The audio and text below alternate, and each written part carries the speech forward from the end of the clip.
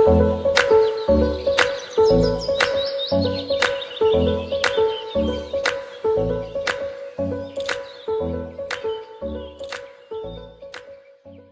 Ben Blanchard and Michael Martina. Beijing, June 2, Reuters. U.S. Commerce Secretary Wilbur Ross is expected to meet Chinese Vice Premier Liu He on Sunday, a U.S. government official said, as officials from the world's two biggest economies try to calm an escalating trade spat that has rattled financial markets. Ross arrived in Beijing on Saturday morning for trade talks with Chinese officials, after the Trump administration renewed its tariff threats against China. Allies in a foul mood towards Washington after they were hit with duties on steel and aluminum, and with key U.S. Washington and Beijing have threatened tit-for-tat tariffs on goods worth up to $150 billion each.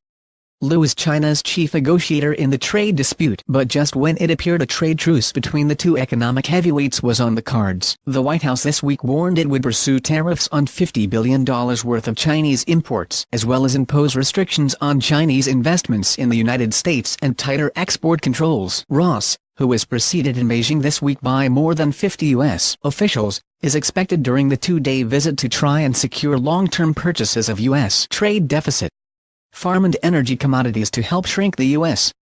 The U.S. team also wants to secure greater intellectual property protections and an end to Chinese subsidies that have contributed to overproduction of steel and aluminum. The purchases Washington wants Beijing to commit to are aimed at reducing the $375 billion U.S. Trump has demanded that China take steps to reduce the gap by $200 billion annually by 2020. Trade deficit with China. Frustration over Chinese trade and economic practices. Critics of U.S. While many countries share U.S. policy under President Donald Trump have warned that Washington risks alienating the European Union, Canada and Mexico with 25% tariffs on steel and 10% on aluminum. On Friday, the United States' closest allies attacked the Trump administration for imposing tariffs on steel and aluminum imports, with Japan calling the U.S. actions deeply deplorable. While U.S. officials have sent conflicting signals during the dispute with China, one person familiar with planning for Ross' visit said his aim was to keep a dialogue going. Ross is going there to tread water, the person said, declining to be identified due to the sensitivity of the matter. The more Trump is irritating allies and asking Chinese to buy stuff, the better off they are, because he's not sitting there and attacking the hard issues, the person said.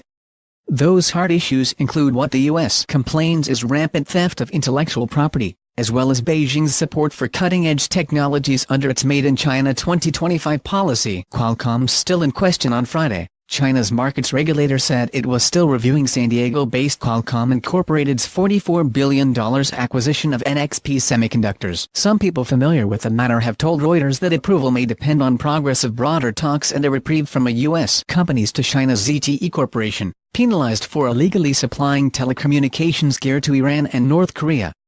Government ban on sales by U.S. Reuters reported last Sunday that Qualcomm was expecting to meet this week in Beijing with China's antitrust regulators in a final push to secure clearance for the deal. But that meeting never materialized, and the San Diego-based firm is now waiting to see the outcome of the Ross talks before officials travel to China. China's exports have mushroomed since joining the World Trade Organization in 2001, making it the world's second-largest economy.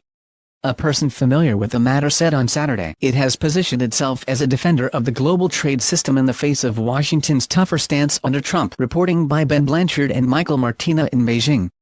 Additional reporting by Matthew Miller in Beijing and David Lauder in Whistler, British Columbia. Writing by Brenda Go in Shanghai. Editing by Sri Navaratnam.